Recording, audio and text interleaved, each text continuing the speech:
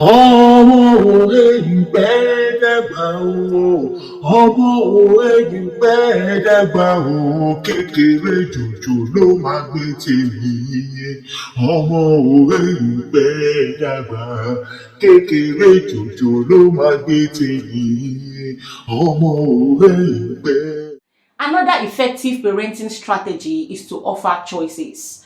How will you feel if you have someone in your life that always takes charge of everything you do? He or she forces their decisions on you and does not give you any opportunity to make decisions that concerns your life.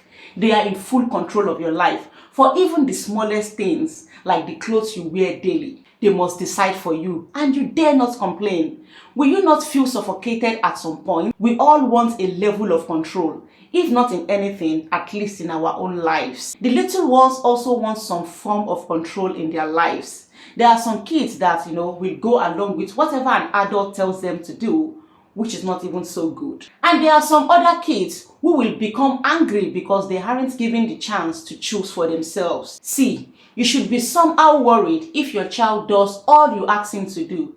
Because when a child resists or do not obey to some instructions at times, it means their counter will is coming to play. It is a sign that your child is growing as a separate person, and it helps them to build their confidence. It makes them feel in control and capable. A woman said her daughter receives cane very well, and that helped her become obedient. And now she obeys every adult. In fact, she obeys every instruction.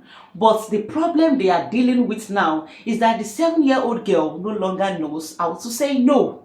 She obeys even her classmates for every silly things they tell her to do. In fact, her classmates will send her on an errand and she won't know how to say no. She is often being bullied. Her self-esteem has really been tampered with. They have instilled too much fear in her that she no longer knows when to disobey. I say, hey, a parent needs to do a lot of work so that someone will not take her to one corner one day and instruct her to remove her pants. Her parents now always call her mumu. When you instruct your child to do things at times and they resist, you could get angry, but don't be too mad. It could mean that your child is developing the ability that will help them to become independent later in life. The best approach is to set rules, limits and consequences for disobedience, which we will talk about in the next point.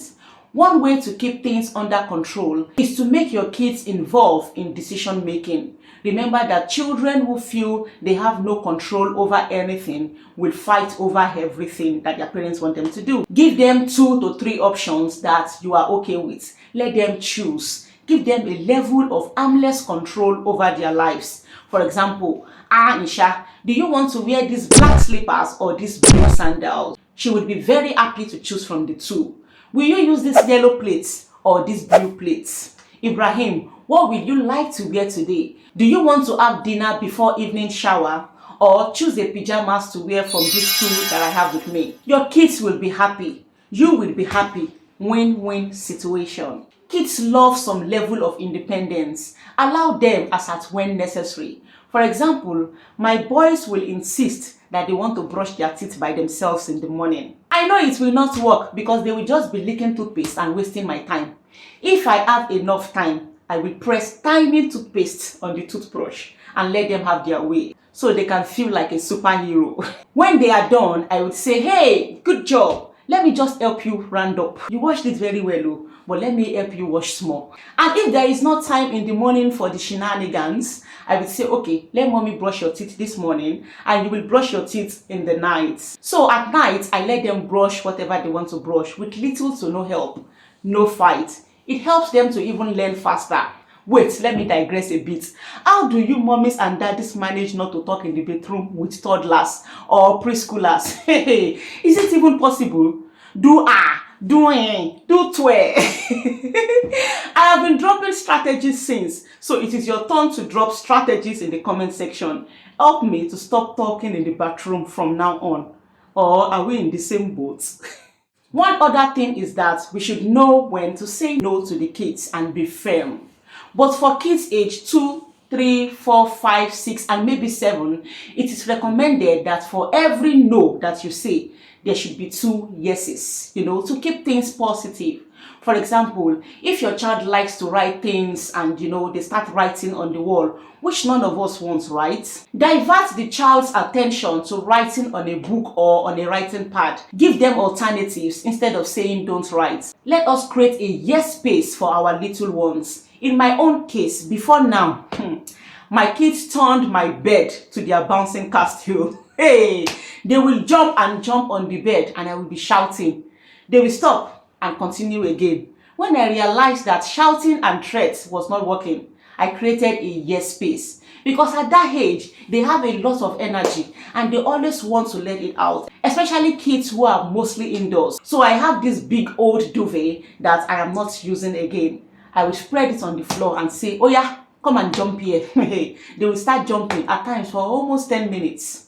When they are tired, they will stop and probably sleep off.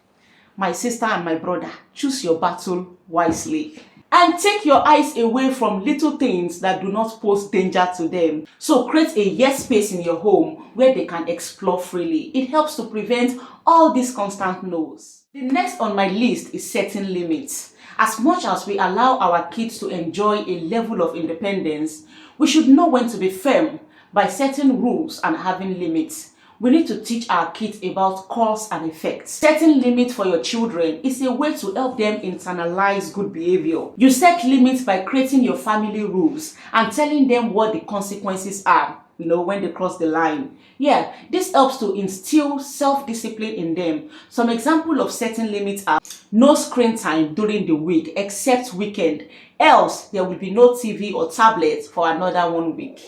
If you don't put your toys in the toy box, when you are done playing with them, there will be no toys for you for another 24 hours. For example, I constantly remind my kids of their limits and our family rules, that are appropriate for their age.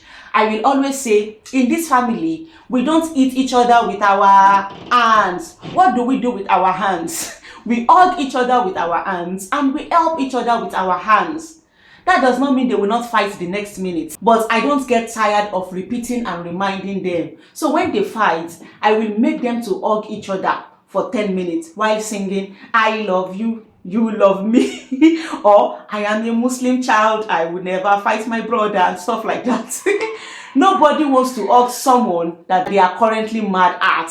For them, it is more painful than cane. Or at times, I would say, stay away from each other. Go to separate rooms until you are ready to play peacefully.